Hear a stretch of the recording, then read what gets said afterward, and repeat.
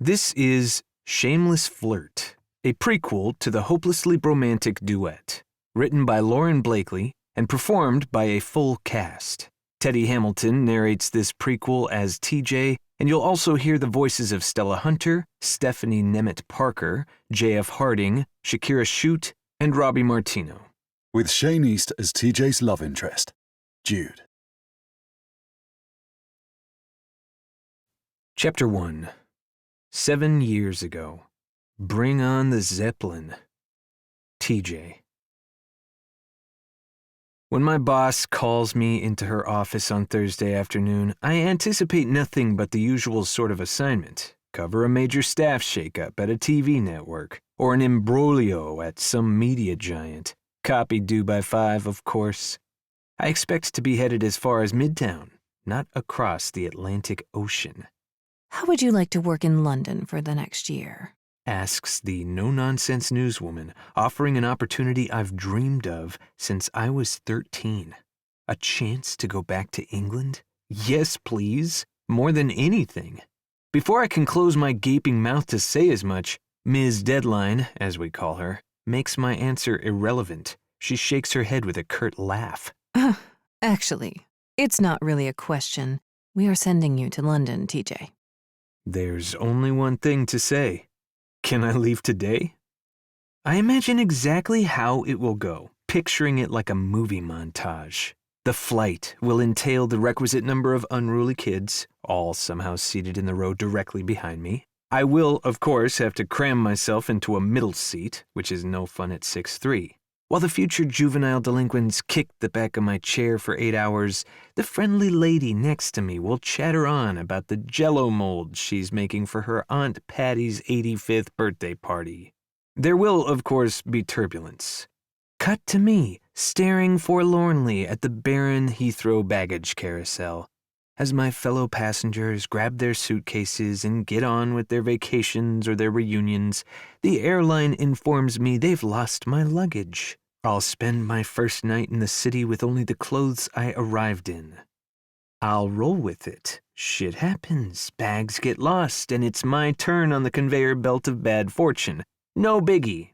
At least I'll be unencumbered as I head to the flat I rented, where the leasing agent meets me to say that there's been a wee bit of a mix-up concerning my living arrangements. Of course there has. Instead of a sweet pad overlooking the river, my new residence is a dinky, unfurnished studio, and 1 floor up is some crotchety old guy who plays bootleg Led Zeppelin records at all hours. The pipes will be creaky, the hot water finicky, and there won't be a decent coffee shop for miles. And I won't care. No matter how much I dislike Led Zeppelin, because every dude in London will have an English accent. Yes, please. I pull myself back to the present and focus on my boss. I can be on the next flight. I'm super helpful that way, particularly with opportunities that involve a potential panoply of swoony Brits. Love that attitude. But let me give you the job details. It seems that after covering the business of TV, media, and advertising for 24 News in New York, I'll now be reporting on the London financial markets.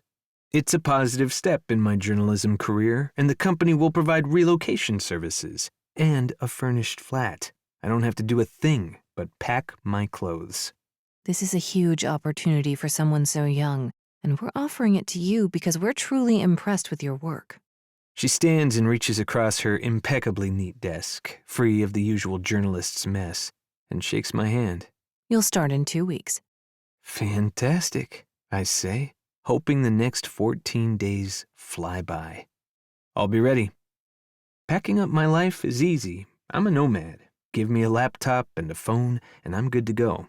Well, I can't do without a couple of nice shirts and access to a gym, but other than that, I'm a guy with simple needs. Everything complicated is in my head, like all my hopes and dreams. Dreams I want to chase in London. Well, when I'm not busy chasing men. But I plan to make time for both. Chapter 2. Here I come. TJ. On Friday, 2 weeks later, I'm more than ready to hit the road. Even my bags look eager to jet, parked by the door. And I'm out of here, I announced to my 3 roommates. For the last year, Trey, Nolan, Ashley, and I have shared an extremely mediocre apartment in Queens, one that only the under 25 and dying to live in a cool city set consider inhabitable. Since that describes me and all my friends, there's a long list of guys and dolls ready to jump on a spare room. A friend of Ashley's leaped first, and she'll be taking my room tonight. As I hoist my carry-on bag onto my shoulder, Ashley keeps shooting zombies on the Xbox. Trey is knitting an Argyle sweater vest for a cat. Nolan whips up a mushroom omelet at the stove. Try not to miss me while I'm gone, I call out. Don't worry, we won't. Ashley says as she takes out a nest of the undead. Not until we need someone to fix the sink. You'll be crying for your resident handyman then, I reply. He'll send us a how-to video, though. Ashley shouts over the splatter. I will, if you send me a pizza from John's of Bleecker Street. I'll pine for their cheese pies more than anything while I'm gone. I turn toward the kitchen. Well, maybe not more than Nolan's cooking. My bespectacled friend and I share a nod of mutual appreciation. And I'll miss your sarcasm, TJ. It's a good thing we're both great at something, I say, heading his way. Nolan turns off the burner and steps away from the stove, and I give my college bud a quick clap on the back. Have fun, and good luck with your mission, he says. I stare at him in confusion. What mission? Dude, I've known you since freshman year. I know what you want to do in London, and I bought you a goodbye gift. Nolan reaches for a Dwayne Reed bag on the kitchen counter and tosses it to me. I peer inside and laugh. I'll miss you most of all, Scarecrow, I say, and hug the box of condoms to my chest. Then it's time to go. I leave the keys on the entryway table for the next roommate, and I take off for my new adventure. My identical twin waits for me on the street. Since Chance is catching a flight to Florida, we're sharing a ride to the airport. Plus, it's extra time to say goodbye. When my brother sees my luggage, he laughs. I've got only one carry-on and only one suitcase to check, and my younger by 5 minutes brother is obviously not shocked. Once we're in the taxi, he whips out his phone, clicks open his notes app, and thrusts it out so I can read it. Called it, he says. The note, with a timestamp to prove it, is a spot-on prediction. For 1 year abroad, 1 carry-on, 1 check-in. I laugh. You know me so well. It's almost like we share DNA. Chance has only his overnight bag on the seat next to him as the yellow car peels out of Queens. I also predict you'll come home with 1 million books, Chance says. I remember when we were 13 and Mom and Dad took us to London. You lugged home that entire suitcase full of paperbacks. We stopped in at that bookshop on Cecil Court, and you came out with so many books we had to drop them at the hotel before heading to Westminster Abbey. I've given most of those books away by now. The story of international teen spy Reese Locke and the Hollywood bonkbusters from Caroline Vienna. But when I was an awkward, gangly teen, I devoured them and plotted a future. I remember that bookshop fondly, and I plan to go back, I say. Maybe it'll be my first stop. On the ride to JFK, we chat about our goals for the next few months, something we've always done since we were kids, sharing hopes and dreams. Now a ball player in his 2nd year in the majors, Chance will be on the road a lot, pitching for the San Francisco Cougars, and he wants to establish himself as their closer, he says. As for me, I want a lot of things. Things I haven't admitted out loud to anyone. I glance out the cab window, watching New York whip by. Will I miss this city when I'm overseas? I've always longed to experience different places, meet different people. More than that, I've wanted to create places and people for others to experience. I want to create something out of all the experiences I take in. That last one, though, feels so personal and lives so close to my heart that I haven't even dared to tell my brother, who knows me better than anyone. I didn't share the idea when I was 13, as it first took root. Not sure if I'm ready to voice it now. What about you? Chance prompts in a lull in the conversation. He's told me about his vision for himself as a pitcher. I suppose that means it's my turn to crack open my heart. Easier said than done. I scratch my jaw and shrug. Oh, try to grow a beard, eat some fish and chips, meet a hot dude, the usual. Chance rolls his eyes. Liar. What? I protest. That's all true. Yes, I know. But so are the things you're not saying, he says with certainty. Twin intuition? Something like that. What am I not saying then? I counter stubbornly. He shoots me a no bullshit stare. There's something else you want, TJ. I blow out of breath, wishing he didn't read me so well. Sometimes it's just simpler to keep your dreams to yourself. Chance's goals are different. It's a lofty ambition, being the closing pitcher for a professional baseball team. But he's already on a team as a relief pitcher. Maybe it's a tall ladder, but he's on a rung. My dreams seem so out of reach, like oceans and mountains away, maybe galaxies. But I don't like being dishonest with Chance, so I carve out a portion of the truth. I'd like to be the best damn reporter I can be. I want to impress the hell out of 24 News, get bigger and better assignments, tell stories readers can't put down. There, that's true enough. Chance nods, seeming pleased with that answer. I have faith in you. Thanks. I hope his faith is enough for both of us. Clearing his throat, he reaches into the side pocket of his overnight bag. I got you something, he says, a touch awkwardly. I know it's not his style to give going-away gifts. Aw, I take back all the times I said you weren't a nice guy. I tease. Snarky is easier than serious. Without acknowledging my comment, he fishes out a book. Wait, no, it's more like a journal. He doesn't hand it to me, though. He holds it close to his chest like it's precious, just like he cradles the ball when he's on the pitcher's mound. I press pause on the sarcasm button, looking for the journal to my brother as he speaks. When we were in London with Mom and Dad, you kept a journal, he says. You read it out loud to me every night. By which I mean you read it in that TV announcer voice you use when you're pretending something isn't important. I nod a little solemnly. I remember I called it bedtime reading. You wrote funny stories about what we did each day, but added your own twist. How, when we visited Buckingham Palace, the Queen was probably sneaking away to eat Cap'n Crunch in a stateroom to plot heists while the Prince was busy doing something secretive. The memory amuses me, especially since I know what the Prince was off doing. I just didn't read that part to him at that age. I had an active imagination. Bet you still do. Chance is quiet for a spell, and so am I. Maybe we're both lost in time. Then he goes on. When we were back home, you'd be in your room at night reading mystery and romance novels, but sometimes you still wrote in that travel journal. Whoa, someone notices everything. You do have twin tuition, I say, and that's as much of an admission as I can manage. With a nod, he hands me the light blue notebook. There's an illustration of Tower Bridge on it and a passport stamp in the corner. Maybe you'll keep a travel journal while you're there this time. Maybe it'll inspire you. It's weighty when I take it, like this is the gift he's wanted to give me for years. I flip open the cover, the blank pages a gorgeous invitation to fill them. I turn the journal over to find a price tag, worn thin over the years. The number is faded, the store name smudged, only the O and B still visible. Is it from the same shop? The one with the brick exterior, bright white walls, and a clock that looks like the moon? I meet my brother's gaze. You got this when we were kids? With a smile, he answers. At that same store. I held on to it till the right moment. Wow, I'm all but speechless.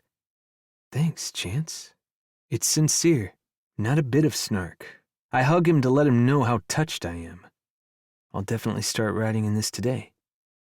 At JFK, we grab our bags and head into the terminal, stopping under a big departure sign.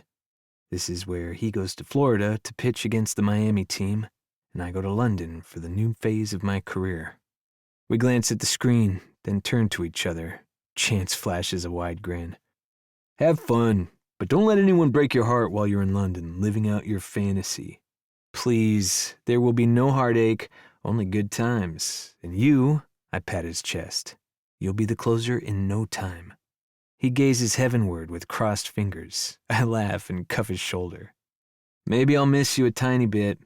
I recorded you saying that, he whispers. Now I have leverage over you forever. I narrow my eyes with a warning. Don't fuck with someone who looks just like you. Good point, Chance admits. Then we take a selfie and say goodbye and head our separate ways. Shoulders back, head up. I make for the international concourse. This is the life. Young, single, and with only me to worry about. For now, I put aside the bigger dreams, the ones I'll write about in this journal. I'll deal with them once I settle into a new city in about 12 hours. First things first. Here I come, shitty flight, Led Zeppelin blasting neighbors, and horrid brown water. Bring it on, because everything at the top of my to-do in London list will come after hours. And so will I. Chapter 3. Testing with Strangers. TJ. My fortune-telling was only slightly off in that the airline didn't lose my bag. They know exactly where it is. That place just doesn't happen to be here. It seems your bag, Mr. Ashford, popped off the JFK flight and hopped onto the cart for the Istanbul one. The customer service agent chirps, describing my suitcase's gymnastics as if it were a naughty little tyke stealing away from its family. I'm exhausted from the flight and raring to get the hell out of here, but I'm also keenly aware of caricatures. The last thing I want is to come across like a giant American jackass. So I decide to lean into her cheery style. You catch more flies with honey and all. Yes, I glance at her name tag. Louise. It does seem to have a mind of its own. And perhaps a longing to see Turkey. She suggests helpfully. Understandable, I say, then glance behind me. The lost luggage office is empty, so I keep up the convo, hoping it helps my cause.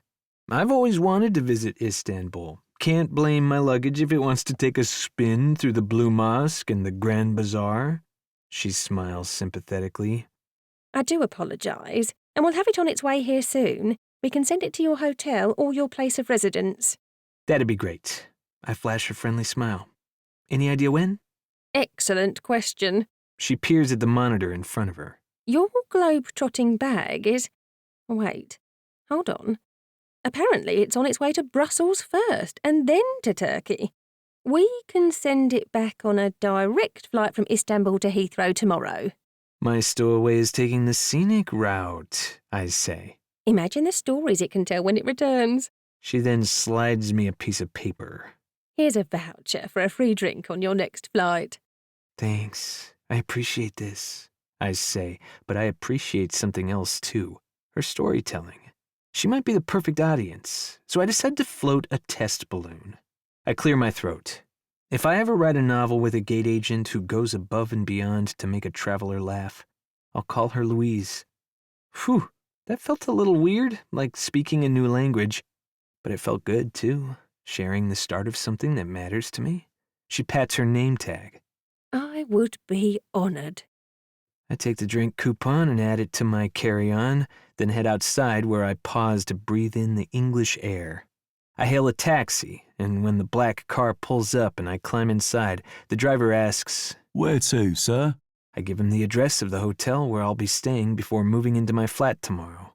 As the cab pulls away from the curb, I surreptitiously sniff my shirt. I could use a shower. A second later, a jaw-cracking yawn says a shower isn't the only thing I need. Jet lag wallops me, and my eyes float closed. The next thing I hear is the squeal of tires as the driver brakes, then accelerates, darting through London traffic. I rub my eyes, turning my head from side to side to stare out the windows. A red double-decker bus obscures the view to the right, but on the left, a steady stream of people files out of the Piccadilly Circus Underground station and onto the street. I must have snoozed the whole way into the city. A grin takes me hostage at the sights around me. This is not a tourist grin. This is not a bright-eyed and bushy-tailed smile. This is the optimism of opportunity. A deep rightness settles over me, the sense I'm where I'm meant to be. Ever since my visit 10 years ago, I've wanted to return, to experience London in new ways. I want to learn its secrets, maybe even unravel some of my own. I want to sit on a park bench and stare at the gardens as words and worlds unfold in my head. Or maybe I'll grab a seat in a coffee shop and look out the window at the rain, and then the fog while I'm off somewhere else in my mind, spinning a tale. Looks like we're right in the heart of London, I say to the cabbie as the traffic slows to a crawl. Indeed. Almost there. The driver turns toward the hotel, the sign above the roundabout entrance beckoning. What brings you to London? That's a simple enough question. Work. I write for a news organization and I'm relocating to the branch here. Excellent.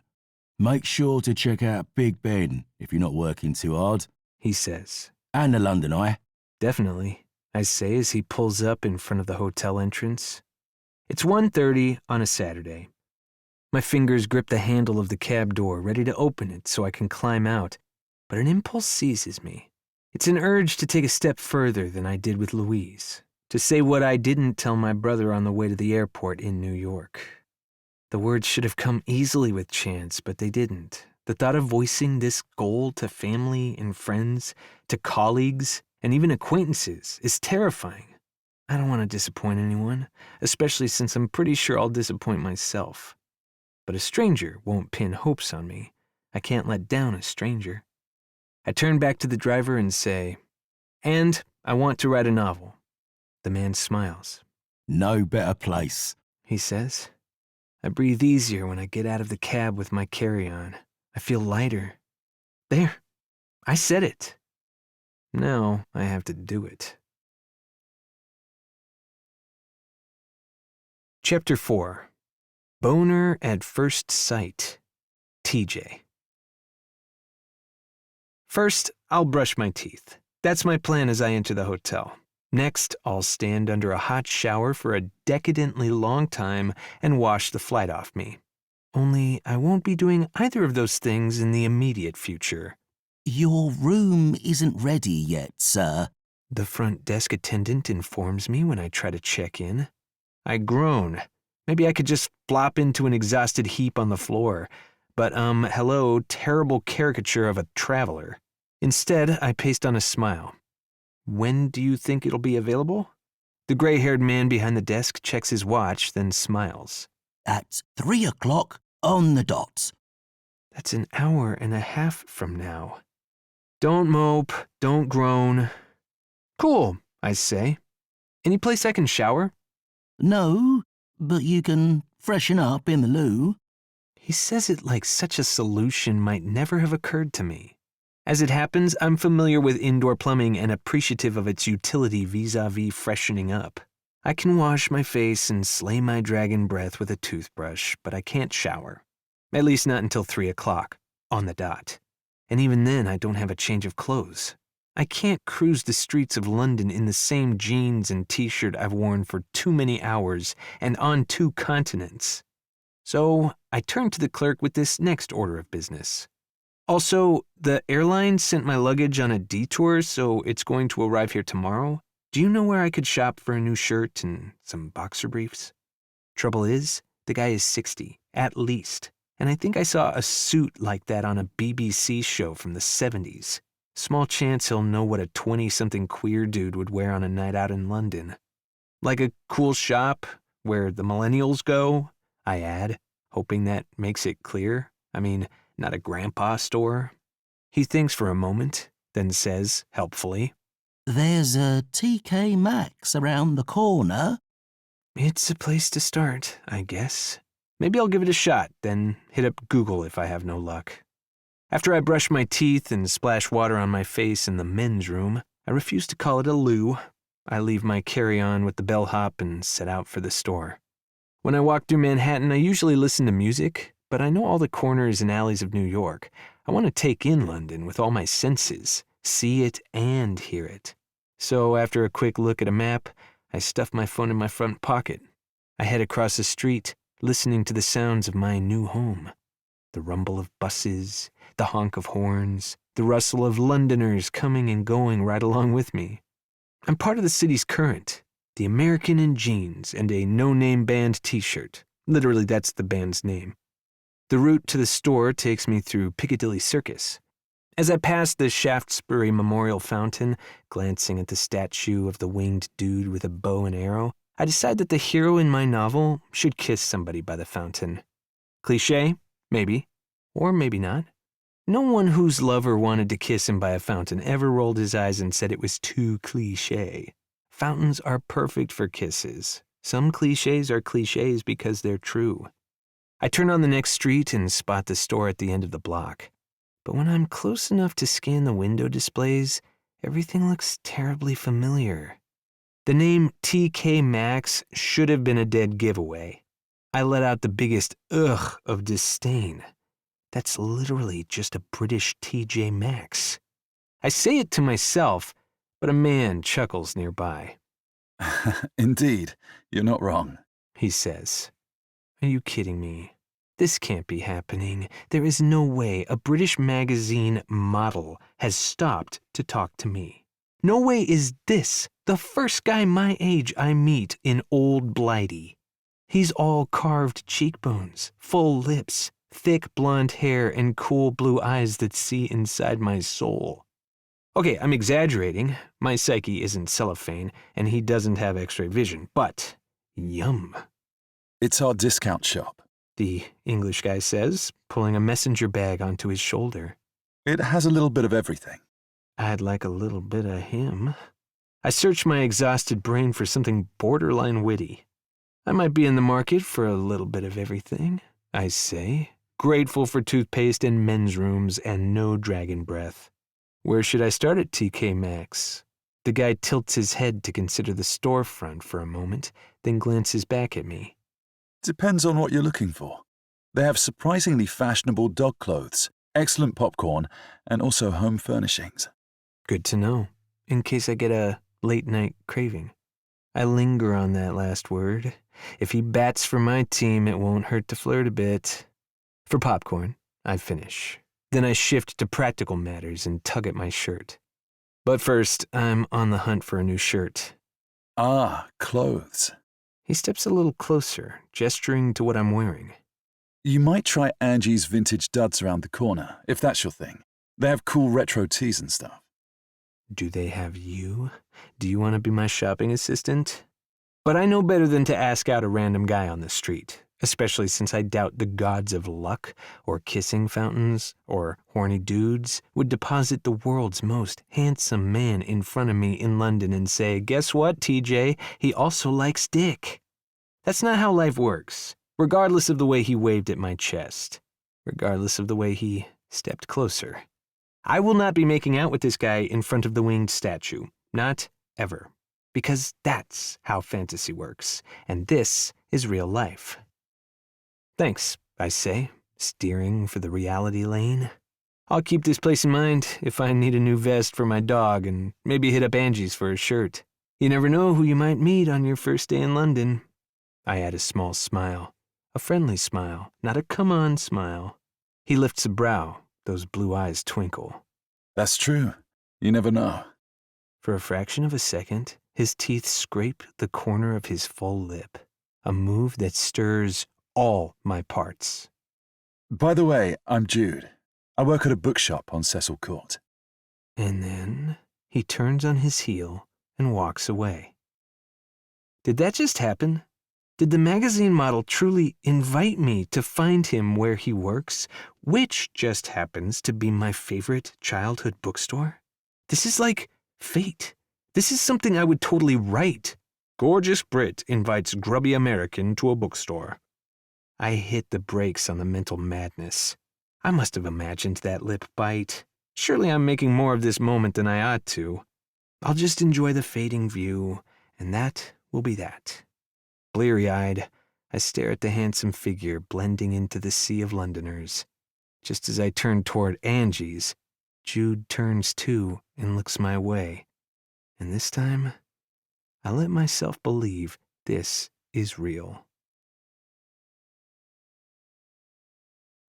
Chapter 5. Secret Handshake. TJ. Eggplant Helen is the most helpful person I've met in my entire life. She's the shop manager of Angie's Vintage Duds, who introduced herself as that when I walked in. I'm Aubergine Helen, Eggplant Helen for an American, she said as she flicked her purple hair. Now she's already hand-selected 3 shirts for me and set them on the hook in the dressing room. Go in, try them on. She gently pushes me through the heavy red curtain. I'll tell you which looks best for your first night in town. Inside, I tug off my shirt. How did you know I was going out tonight? Young American lad like you, course you're going out. Besides, Angie's has the coolest clothes, and I don't think you came here to shop so you could stay in all by your lonesome. Then she claps twice, a move-along sort of sound. All right, show me what you got. I step out of the dressing room and model a shirt she picked. It has an illustration of a Tetris game on it. Retro indeed. Perfect. It looks good. That is, if you like that kind of fit. Nice and snug? Her voice pitches up, waiting for my input. If she's my stylist for my first night out, she should know what I dig. Well, I like it if the guys I meet like it too. Good to know. Her arm darts into the dressing room and comes out with the other shirts. These won't do then. Not snuggly enough. She scurries around the shop like the Energizer Bunny, returning with a couple more options. These will better fit your style. I have a style? My wardrobe is pretty uneventful. Jeans, blue button-downs for work, the occasional polo, and a few band tees. Helen shudders. No, but we'll soon change that. I'll have you turned out positively fetching, and you'll have all the lads eating out of the palm of your hand. I came to the right place, I say, pretty damn pleased. She tips her head to the door, a knowing look in her eyes. We're LGBTQ friendly. Angie is married to a woman. Cool, that's awesome. All of that, I say, but especially awesome is the part I keep in my head. This might be the writer in me, finding motives in coincidence, but could Jude have sent me here because he caught on that I like dudes? Could it mean he does too? Yeah, TJ, that's it. The hot Brit sent you on a scavenger hunt to a gay-friendly shop as a secret handshake, inviting you into pink London. Sighing, I shake my head at myself. I need some sleep, or I'll be imagining cryptic passwords and rainbow Illuminati. I yank the dressing room curtain closed and change into a tee with "The Dude Abides" stretching over my pecs. The Big Lebowski makes this a no-brainer yes. As I pull on the next shirt, my brain turns to mulling over the scavenger hunt notion again. On one hand, it's ridiculous to think Jude sent me here on purpose, and equally ridiculous to think he invited me to his store. Yet, on the other hand, I keep coming back to the idea. Does that mean there's something to it? Something besides wishful thinking? I shake off the thought and put on my old black tee, then grab the shirts and meet Helen by the racks. I'll take all 3. Wonderful. Eggplant Helen says as she ushers me to the register. Now, I know I'm not your target market, but you did look quite scrummy in the Tetris one, so I bet you'll attract the locals in that, no problem. If I've learned anything today, it's the ease of talking to strangers. No one judges you, or if they do, it doesn't matter. Helen, can I ask your advice? I venture. I sure wish you would. I check that there are no customers in earshot. I don't want to sound like an idiot. I heard about your store when I was standing outside TK Maxx. She grimaces. Well, that place is ghastly for clothes. You're not wrong, but while I was there, this guy... I pause, and her eyes say, "Tell me more." This very handsome guy stopped and mentioned your shop and suggested I shop here. Her eyebrows shoot toward her hairline. And then? She beckons with her fingers for me to give her more. I want every detail. And then he happened to mention his name. She gasps. And that he worked at a bookstore on Cecil Court, I add. Helen vibrates with enthusiasm like a chihuahua at dinner time. Take these shirts, slap on some cologne, go change and get moving to that bookstore. I laugh, trying to stifle my hope, but I'm not sure I'm successful at hiding how excited I am. You think so? She stares at me sternly. Why else would he mention where he worked? Drop the tidbit of his name, send you here? Off you go. She stuffs the shirts into a plastic bag, thrusts it at me, and points to the door. But report back tomorrow. I do fancy myself a matchmaker. She adds in a confessional whisper. I can tell, and I will report back, I promise. I take a step toward the door, then turn back when I remember. I also need a strong coffee, but nothing from an American chain, please. Their coffee is like drinking burnt sadness. And ours is like drinking watered down Malaise. Best to learn that harsh lesson sooner rather than later. But an English breakfast tea is like a shot in the arm. Ought to wake you right up. Once I leave, I swing back to TK Maxx. I do need boxer briefs, and consignment isn't my preference for those. Then I pop into a cafe and order an English breakfast tea. With that jolt of caffeine, I return to my hotel where my room is ready, and so is the shower. Maybe the gods of horny young men are looking out for me. Chapter 6. Trick Address. TJ. I forgot an important detail about Cecil Court, and when I round the corner into the famous alley, I stop in my tracks and stare, slack-jawed. I'm that guy, the one duped by a transposed phone number or a fake name. The guy who goes to the address Mr. Perfect gave him, and oops, it's an empty lot. It's a sewage plant.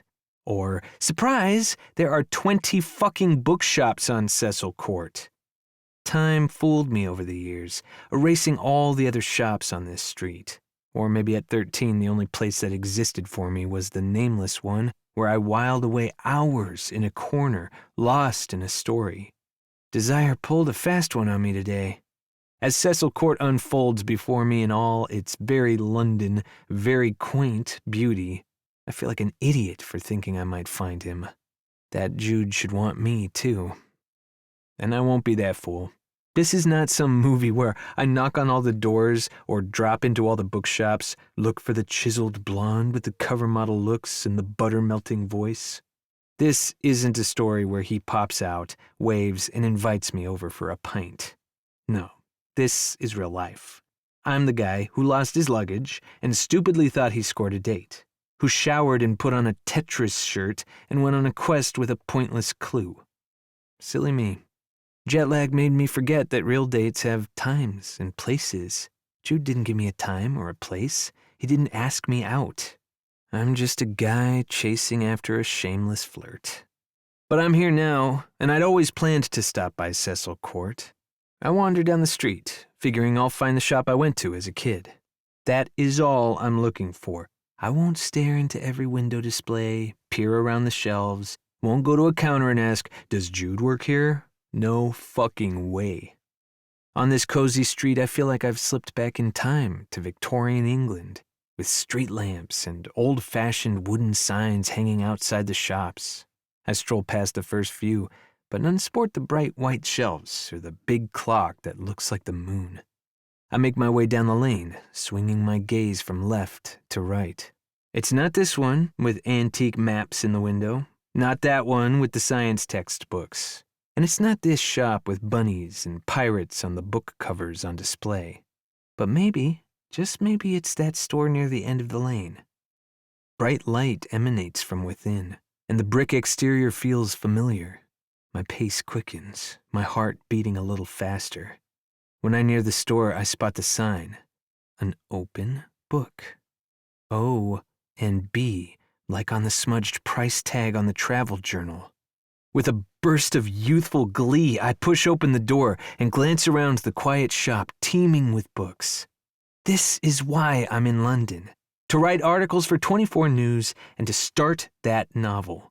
To become what I first imagined in this store. I make my way farther in, and I'm checking out the Oscar Wildes when the thud of a heavy book hitting a shelf makes me turn.